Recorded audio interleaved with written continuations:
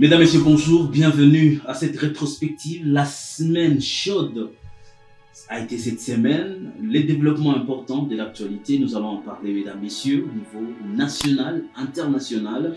Nous serons avec les grandes figures de la presse à l'est de la République démocratique du Congo. Ils sont là, les deux journalistes également, qui nous accompagnent tous les jours dans ce travail de vous informer. Jospin Rangui. Bonjour et surtout bienvenue. Bonjour Blaise, merci beaucoup. Bonjour à ceux qui nous suivent en ce moment. En face de lui, fiston, c'est moi-même. L'international, tous les jours, l'actualité internationale est retrouvée sur Kivu Morning Post. Fiston, c'est moi-même. Bonjour et bienvenue. Bonjour, merci Blaise Bassabo, c'est bonjour à toutes et à tous. La semaine passée, on a parlé des enjeux de la guerre. Aujourd'hui, nous parlons de l'évolution. D'abord, les accusations qui continuent, Jospin, sur ce qui se passe à l'est de la République démocratique du Congo. On commence par là avant d'attaquer le sujet. Ça ne se termine pas et ça ne rassure pas malgré l'évolution de la démarche diplomatique sur le terrain. Les FARDC de la 123 se tirent dessus. Les forces armées de la RDC qui menacent de réagir correctement, de manière proportionnelle aux attaques de la F-123. La F-123 également qui menace d'éliminer la menace à la source, accusant les forces armées congolaises et leurs alliés, entre autres l'armée burundaise citée par la F-123, de continuer à perpétrer des attaques dans des zones densément peuplées, au sud Kivu notamment, dans le haut plateau des Fizi de Minembwe, d'Itombwe, mais aussi dans les territoires de Walungu. Nonobstant, cette semaine, les fronts étaient quand même un peu calmes, il n'y a pas eu assez d'affrontements. Alors, il faut dire aussi que Doha a proposé un accord de paix déjà, on l'attendait, mais les deux parties n'arrivent pas à parler même langage à ces niveaux. Il y a des conditions, deux conditions principales posées par l'F-123 afin de regagner les discussions. C'est d'abord le cessez-le-feu permanent, bilatéral bien sûr des deux côtés, mais aussi la libération des prisonniers. Et certaines sources au sein du mouvement, notamment les communicateurs sur les réseaux sociaux, doutent qu'il y ait certains des prisonniers qui ne seraient plus en vie, même si Kinshasa ne s'est pas encore prononcé à ce sujet. D'autres sources estiment que Kinshasa voudrait libérer ces prisonniers après la signature de l'accord global à Doha. Ça bloque, ça devait commencer cette semaine. On a eu des indiscrétions selon lesquelles les deux délégations se seraient déjà rendues à Doha, mais il n'y a pas de confirmation des reprises des discussions. Très bien. Fiston, Doha, on en parle aussi, c'est la dimension internationale de la question de cette guerre, à la fois qui intéresse les États de la sous-région, également les grandes puissances de ces mondes, après plusieurs signatures d'accords qui ont été signés. Doha aujourd'hui, ça ne promet pas jusque-là. Justement, on l'a vu à travers les réactions de certains diplomates, notamment ici l'arrivée de Maxime Prévost, qui a été reçu par le président de la République à Kinshasa. Et justement, Prévost a dit, en présence de Vital Kamerhe, que finalement, tout ce qui se passe avec la signature de principes, etc., n'est pas il a parlé du terme insatisfaisant, selon lui, qui a donné le message, bien sûr, du président de la République. Donc, vous comprenez déjà qu'il y a des problèmes, comme vous l'avez dit. Tous ces accords ne sont pas respectés. Ce seul feu n'est pas respecté. Quand bien même, vous avez parlé que le front était un tout petit peu calme, mais je vous rappelle déjà que dans les territoires de Walikale, vous avez vu, il y a eu des échanges de tirs, il y a eu la situation humanitaire de la population qui est catastrophique. Nous avons reçu des alertes de la société civile, ainsi de suite. Vous allez vous rendre compte déjà que Doha, c'est vrai, quand bien même le processus est en train de continuer, mais ça ne rassure toujours pas, puisque de tous les deux côtés, il n'y a toujours pas le respect de ce qui a été dit pour que les travaux finalement puissent évoluer comme il se faut. C'est le langage d'un diplomate belge qui arrive déjà en RDC. Qu'est-ce qu'on peut en tirer? Déjà, c'est un Belge, comme vous le dites, la Belgique, c'est la capitale de l'Europe, c'est la capitale politique, diplomatique de l'Europe, c'est le siège de l'Union européenne, c'est-à-dire qu'il a porté le message de l'Europe. L'Europe ne serait pas contente d'être exclue dans la résolution de la crise sécuritaire. Mais quand il dit « le président m'a dit », est-ce qu'il a... Il a échangé, ou alors il aurait échangé avec le président Félix Tshisekedi. Ce qui est vrai, vous savez que ce sont les États-Unis et le Qatar aujourd'hui qui règlent cette question, alors que les questions africaines des pays en voie de développement ont toujours été réglés par des puissances européennes, notamment la France, qui ne lâche jamais les pays francophones. Ouais. La France aujourd'hui, qui n'est pas partie prenante aux discussions. La Belgique, notamment, c'est le pays qui avait colonisé la RDC, qui devait avoir toujours un mot, mais ce n'est pas le cas sur le plan politique. Ni l'Angleterre, ni l'Allemagne. Et vous savez tous dans l'histoire de l'Afrique, ce sont les deux pays-là qui sont toujours accusés de tirer les ficelles. Même pendant les manifestations à Goma, même à Kinshasa, on allait vandaliser les ambassades de ces pays-là. Mais aujourd'hui, ces pays se retrouvent un peu à l'écart. Et moi, je pense qu'ils ne sont pas contents. Est-ce que ce n'est pas parce que peut-être on a vu Washington qui est en train de prendre le dessus dans ces dossiers? Washington veut vraiment prendre de l'impôt sur tous ces pays européens. Oui, ça doit être peut-être depuis la le raison. retour de Trump au pouvoir, il veut vendre une image d'un pacificateur, de quelqu'un qui règle 6 guerres, comme il le dit, même si sur le terrain, c'est pas encore le cas. Et moi, je pense que les Européens ne sont pas peut-être contents parce que, comme vous le savez, les conflits dans l'Est de la RDC ont toujours ce volet économique. Nous sommes un pays très riche en sous-sol. Et qu'est-ce que la Belgique? Beaucoup des Occidentaux qui viennent à notre secours viennent encore piller les minéraux, viennent pour tirer des dividendes, viennent pour se retrouver. Et voilà, quand vous êtes mis à l'écart dans un match où on aura en tout cas du gain, c'est pas facile, mais moi ce que je retiens de Maxime Prévost, peut-être il voudrait une implication aussi de l'Union européenne dans la résolution de cette crise. Il est aussi revenu, bon, puisque Prévost, lui, après cet échange qu'il a eu avec Vital Kamerhe, il a dit, en présence de Vital Kamerhe, même que la Belgique est en train plus de soutenir ce dialogue inclusif national. Il faut spécifier cela. Il a reçu même à Lubumbashi, hier, je pense bien, ou c'était hier ou avant-hier, il a reçu la députée... comment elle s'appelle déjà? Mounongo, Madame Mounongo, qui est la rapporteuse adjointe de l'Assemblée nationale. Alors, les gens peuvent rigoler, mais Kamerhe l'a dit. Kamerhe, dans ses mots, après que les Rwandais frappé la Belgique des sanctions, la RDC solidarise avec la Belgique. Qu'est-ce qu'on veut faire? Un front international contre le Rwanda? C'est paradoxal. Nous savons que dans l'histoire, par contre, la Belgique a toujours frappé des pays africains. Il y a des sanctions européennes, on en a toujours parlé. L'Union européenne a sanctionné tel pays. Mais pour la première fois de l'histoire, c'est les Rwandais qui a sanctionné la Belgique. Mais il est en train d'en payer le prix, parce que c'est difficile aujourd'hui pour les Rwandais de voyager sur l'espace européen. Et ils doivent voyager encore, aller vers Nairobi pour avoir le visa. Les Rwandais en paient le prix, mais ils s'assument, ces pays. Moi, j'aime l'attitude de Paul Kagame face aux Occidentaux. Nous avons aussi besoin d'un tel leadership qui s'assume, mais qui ne subit pas toujours les pressions diplomatiques. Faites ceci, ne faites pas ceci. Aujourd'hui, par exemple, quand nous avons eu les révélations d'un article de Jeune Afrique sur ce que prévoit le projet d'accord, notamment la gestion du Nord et Sud Kivu par des forces de l'F-23, 50% M23, 50% PNC, c'est alors que Prévost vient dire que Félix Tshisekedi n'est pas satisfait. Justement. Parce qu'il sait déjà que l'opinion est au courant de ce qui va se passer. Nombreux vont critiquer, alors il commence à dire qu'il n'est pas content. Nous devons avoir des autorités qui s'assument. Bon, c'est une première dans l'histoire. Les Rwandais ont payé le prix. Mais Kamerhe, en disant cela, il a voulu juste se positionner comme un pays, la RDC, un pays qui est en conflit avec le Rwanda et qui doit solidariser avec ceux qui aussi sont en conflit avec le Rwanda, comme on l'a toujours dit, l'ami de ton ami ou l'ennemi de... Voilà, c'est dans ce cadre-là. C'est ton ami. Fiston, il y a des conséquences quand même après cette décision du Rwanda de sanctionner la Belgique. Vous avez fait un élément aussi important. Mais Jospin a essayé un peu de soulever ces points. Il y a déjà un problème, ce refifi qui règne entre la Belgique et le Rwanda pousse à ce que certains citoyens rwandais aient du mal, éprouvent des difficultés pour obtenir, par exemple, le visa pour l'Europe, pour la France, pour tous les pays, l'espace Schengen, il faut le dire dans ce sens. Alors, ces citoyens, même les hommes d'affaires, rwandais, même ceux-là, les hommes d'affaires européens qui sont aujourd'hui au Rwanda, pour le même difficulté. C'est pourquoi certains parmi eux ont demandé, ont tapé le poing sur la table pour dire finalement, il faudrait que cette situation s'améliore pour donner une chance, n'est-ce pas, à ces démarches économiques entre les deux.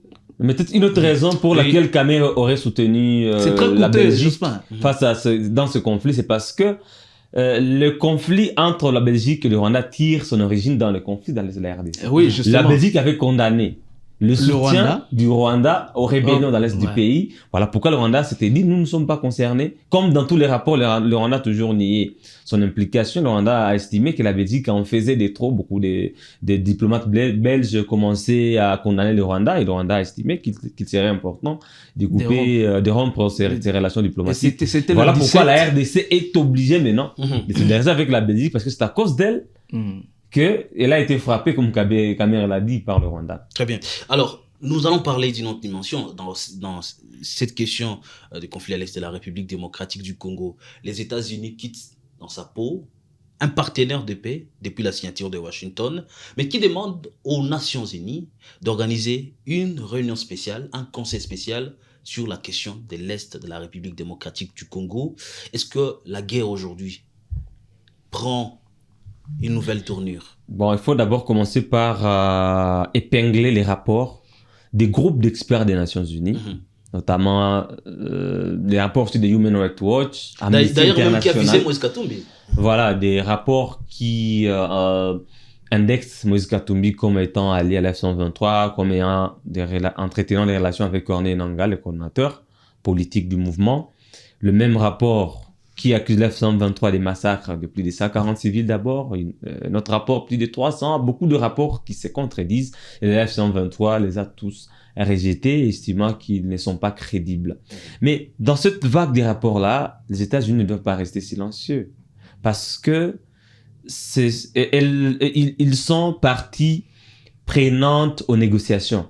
Et aider les deux pays, l'RDC et le Rwanda, à recouvrer la paix dans la sous-région ici, c'est aussi condamner là où il faut condamner et mettre pression au Conseil de sécurité des Nations Unies à trouver d'autres solutions après la résolution 2773.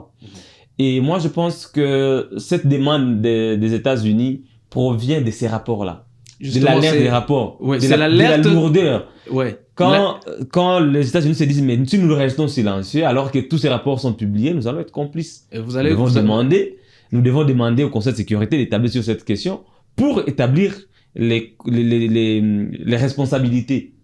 Parce que il faut pas oublier, ces rapports ne citent pas seulement l'F-123.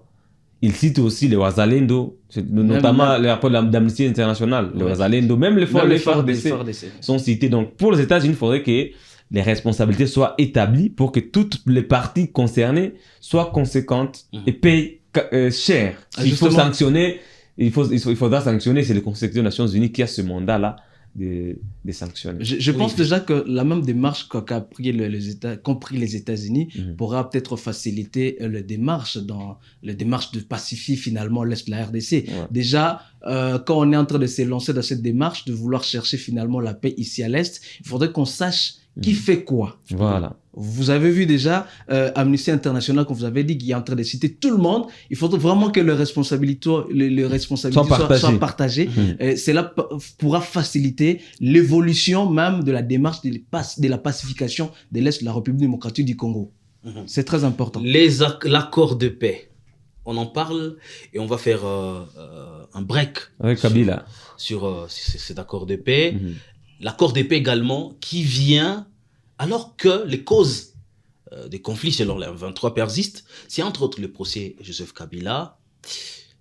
Cette contradiction, l'accord de paix qui va nous amener à la pacification d'une partie de l'Est de la République démocratique du Congo et ce qui s'est fait à Kinshasa, comment vous analysez cette démarche qui semble être parallèle? Dans tout ceci, il faut dire que ce procès prouve noir sur blanc que Joseph Kabila n'est pas le patron de la F-123. S'il le serait, il ne serait pas poursuivi. Parce qu'il y a un cadre qui traite les différends entre le M23 et le gouvernement congolais. C'est Doha. Ouais. Toutes les questions, tous les criminels, tous ceux qui sont présumés criminels, alliés, recruteurs, leur question sera traitée à Doha. Et maintenant, je le dis, Kabila serré les véritables patrons de la F-123. Pourquoi organiser un procès contre lui à ça? Et si à son absence en plus. Et si on organisait un procès contre Kabila, il faudrait aussi qu'on organise un procès contre toute la coordination de la F-123. Contre Bertrand Bisimwa, contre Corneille Nangaa. Il faudrait que d'autres procès suivent. Parce qu'il n'est pas le seul qui soutient la F-123. Parce qu'il est accusé notamment le Sénégal 1923 d'occuper Goma. Mais ceux qui se sont assumés en occupant Goma, ceux qui prennent le pouvoir, ceux qui organisent l'administration à Goma, pourquoi il n'y a pas de procès contre eux? Parce qu'il y a un cadre je rappelle à qu'ils sont condamnés. Le gouvernement congolais a condamné récemment. Mais c'était quelle condamnation? Vous avez vu, il y avait des procès contre Bertrand Bisimwa, Corneille Nangaa, Magloire Paluku, tous ces gens-là. Ils sont condamnés à mort. C'est pourquoi quand vous dites qu'il devrait être... Vous discutez avec ceux qui sont condamnés à mort, c'est paradoxal. À Doha, vous discutez avec des condamnés à mort. Ceux qui sont censés être peut-être même exécutés selon Constant Moutamba. Le ministre honoraire de la Justice, je ne sais pas s'il faut dire d'heureuse mémoire ou de triste mémoire. Aujourd'hui, il est en train d'organiser des veillées comme s'il allait décéder. Alors, il y a quelque chose je ne me moque pas de lui, je suis compatissant. Il y a quelque chose qui me passe finalement à l'esprit quand on soulève la question de Joseph Kabila et quand nous sommes revenus bien sûr sur la situation de Moïse Katumbi qui a été cité, n'est-ce pas, d'être aussi derrière l'F-123, quand bien même il a immédiatement... Il a saisi le Conseil de discipline du Conseil des Nations Unies pour rejeter toute la situation. Je me disais est-ce que cet aspect des choses ne devrait pas aussi, sur un aspect politique, toucher Moïse Katumbi, comme c'est le cas avec Joseph ça Kabila. risque de venir. Aujourd'hui, les avocats de la République sont en train de se transformer en avocats du président Félix Tshisekedi. Ils disent que notre Félix à nous, on ne peut pas le toucher. Félix à moi. On ne sait pas si c'est Félix. Le Félix de Simon qui sont des avocats du côté de la République. C'est Félix qui comparait face à Joseph Kabila ou si c'est la République. On ne sait plus. Nos avocats. Il faudrait aussi que la justice puisse se ressaisir pour ne pas donner une mauvaise image du pays. Parce que ceux qui nous suivent de partout à travers le monde sont en train de se moquer de nous. Voir des avocats de la République se transformer en dialélo, en militants des partis politiques, c'est triste. On a vu ça. Le président qui nous a dirigé pendant 18 ans aujourd'hui, on demande qu'il soit traité comme un espion parce qu'il n'était pas congolais. On se moque de tout le peuple congolais, même qui avait voté pour Joseph Kabila pendant un moment. On se moque même de notre constitution, qui est l'émanation de plusieurs dialogues initiés par Joseph Kabila, le dialogue entre Congolais et tout.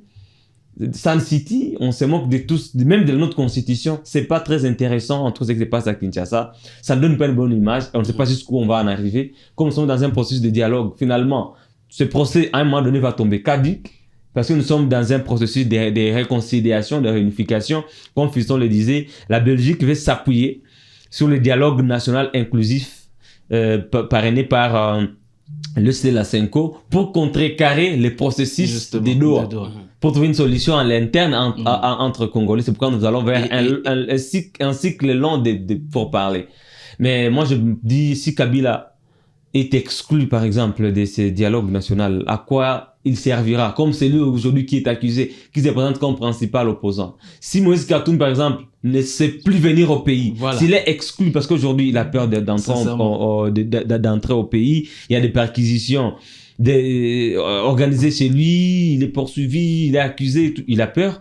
Imaginez un dialogue national sans Moïse Katumbi, sans Joseph Kabila, sans Matata Ponyo qui est aussi en exil aujourd'hui, ils sont nombreux. Ça va être compliqué. Très bien. Ça sera quel type de dialogue national? Le diplomate belge a reçu plusieurs requêtes allant dans ce sens-là, provenant de Ensemble pour la République. Vous avez vu, elle a reçu tous ces députés-là de Ensemble pour la République pour essayer un peu de tabler sur la question des retours de Moïse Katumbi pour les consultations. C'est très intéressant. Il doit rentrer au pays. C'est une personnalité importante dans les cadres de la et je le disais encore à Blaise hier, sur ce même plateau, Moïse Katumbi se présente aujourd'hui comme le principal opposant à Félix Tshisekedi sur le plan constitutionnel.